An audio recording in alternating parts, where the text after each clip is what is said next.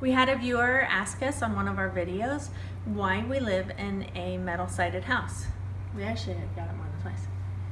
We've had a couple viewers ask us about why we chose metal siding for our house, and while we are going to address that today, I thought at the same time it'd be good to address some of the other questions you might have about how we ended up in this 3,000 square foot barn style house. So first of all, let's talk about what we didn't do. We did not buy a house. No, we looked around and we shopped around in the area for almost a year. Yeah. Looking at different properties online and with a local realtor, trying to find something that met our needs, because we wanted a little bit of land, somewhere 5 acre-ish, plus or minus. We could go to 3, we could go to 10, but we had our strict-ish budget that Right. we were trying to stick to. Right.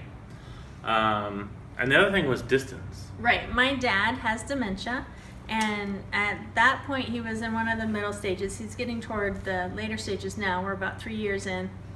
And so we wanted to be close enough where we could come over here and help my mom out in a hurry if we needed to. And so after we couldn't find land with the qualities that we wanted, my mom invited us to build on her property. Yes. So that's what we've chosen to do, and we kind of have free reign of about 2.5 acres right now. And then, as we develop that, if we have ideas for things that we want to do on other parts of the land, then we'll just bring that up and talk with her. Yeah, and we really have access to more than just the 2.5 acres. If we needed to let the horses out into the pasture or anything like that, it wouldn't be a problem. And we work together with your mom. Right. Right. We help with the upkeep, and we Livestock, can run that sort of cattle, thing. Yeah. anything like that. But what my point was that on those 2.5 acres we can do anything we want, because she's very traditional in the way that she thinks about raising livestock and caring for land, and we are interested in permaculture and organic and doing things that are a little bit outside of her norm range. And so since we offered to restrict it to just 2.5 acres of experimentation, then that gives her a little comfort that we're just not moving in her property and taking over and kicking her off the farm or anything like that. Right. And it wasn't that she expressed those fears. We were trying to head that off up front. The mower's out there, so that's what we're waving at. Okay, so that's why we're building.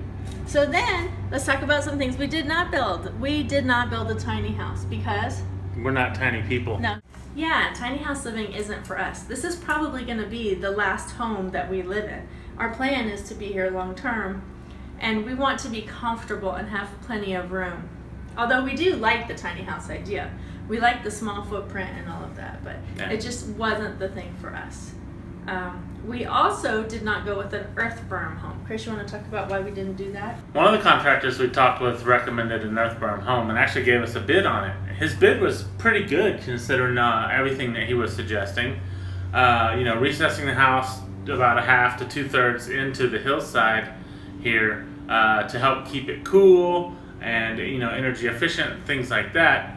With my limited construction background from Louisiana growing up and working with my dad, and then also as a construction laborer and carpenter's helper on several jobs, I learned that places where there's a lot of water, a lot of rain, a lot of moisture, like we get here and like they have in Louisiana, you're always going to be dealing with some type of a water penetration issue where the cement or block wall didn't get sealed up enough, the mastic gave, or some other type of problem where you have condensation with the walls. We wanted to avoid that altogether. Right. So you're not guaranteed to have those kind of issues, but it's a possibility, and we don't want to have to deal with that later as we get older in life. We are also not an off-grid home.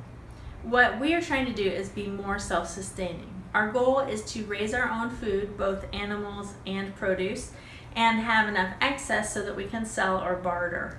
And at some point, we may look at putting in solar panels or wind or water power of some sort. We want to do rain catchment. We want to be as least dependent. That doesn't sound right. We want to have maximum self-sufficiency and rely as little on municipal electric and water as we can. And we actually want to better our ecosystem. Correct. By using permaculture techniques and methods. Right. Okay, so those are all the things we did not do. So let's talk about what we did, what we are doing.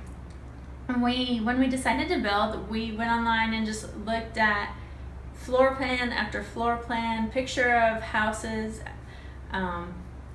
Pinterest and websites and whatever, and we both kind of liked the barn house style, and we both knew we wanted kind of a rustic feeling inside of the house. And so we settled on this one floor plan. However, we did make some adjustments. Some of the adjustments we made were in the dimensions. The ceilings, we raised them. As we said, we've got tall people. He grows them tall, and his whole family is tall. He's actually the youngest of he and his brother. I'm not the youngest. You're the shortest between you and your brother. That's what I meant. I said the wrong thing. So we've got 10-foot ceilings downstairs, 9-foot ceilings upstairs. We widened all the doorways to 36 inches, downstairs especially, because if we ever have a wheelchair user in the house, we want it to be accessible. And this is our forever home. We want to be comfortable, like we said. And then some of the other changes that you made, Chris, were structurally. Yeah, some of the things that I did, we didn't have an architect or a building engineer or anything of that nature.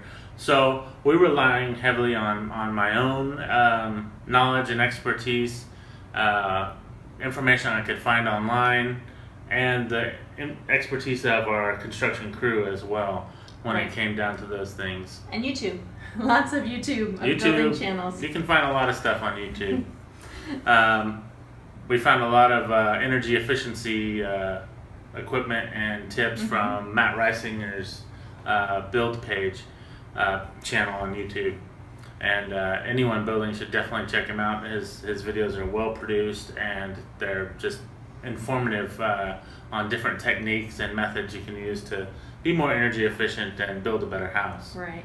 And so some of the considerations we went into, because every time Chris built something, I said, okay, you have to think of this not just as money, but as weeks of work. How much longer do you want to be living and working in California, and how long do you want to be here on the farm? Because at some point you just got to cut it.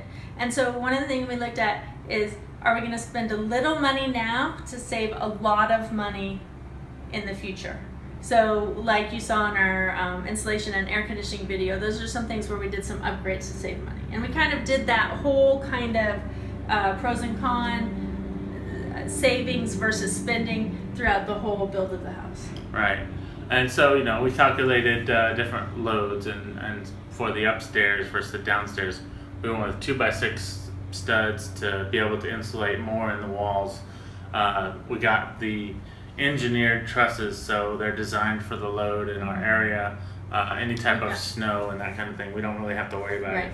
We got really big beams so that we could span the whole width of our living room and have an open space all the way front to back. Yeah, one of the contractors we bidded was like, no, you can't do it. There's got to be a pole down the middle.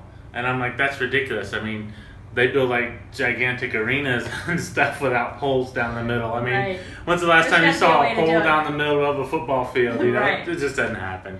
Yeah. And I don't think he was keen to go with our style of building. He just wanted to do his own thing, I think. So we are our own general contractors. However, we did not do all of the manual actual building of it. So we hired out. And that leads us really to why we went with our metal siding. One of the main reasons we chose it is because around here, the guys on every farm around here, they throw up a pole barn every other week just about. There's one going up all over the place. So that it was a material they were familiar working with.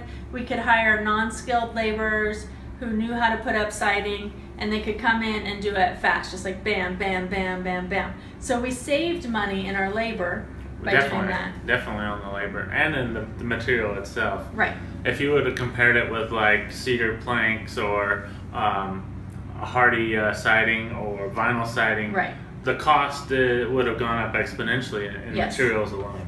Right. So that's another reason we went with it. We like the look of it, and I think also one of the important factors, like we said, we plan on being in this home a long time. We plan on growing old and dying here, and we did not want to have to do a lot of upkeep.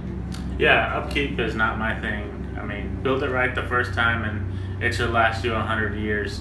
Anyone that sees, those construction shows on cable TV knows that. The metal siding has a 45-year warranty on it for paint and material. So we're not going to be painting in 10 years. We're not going to be painting in 15 years. But, and should we ever need to replace a sheet, we pop the screws out and pop in a new sheet and screw it back down. Yeah.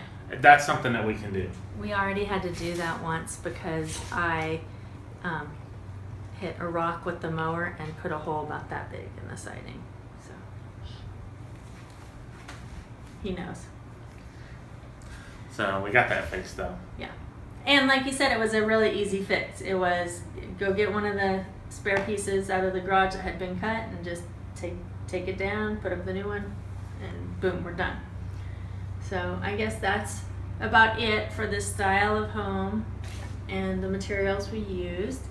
And I guess now I just want to know, what other questions do you have for us about building our own home? And as going forward, do you have any tips for us on the rest of the build out?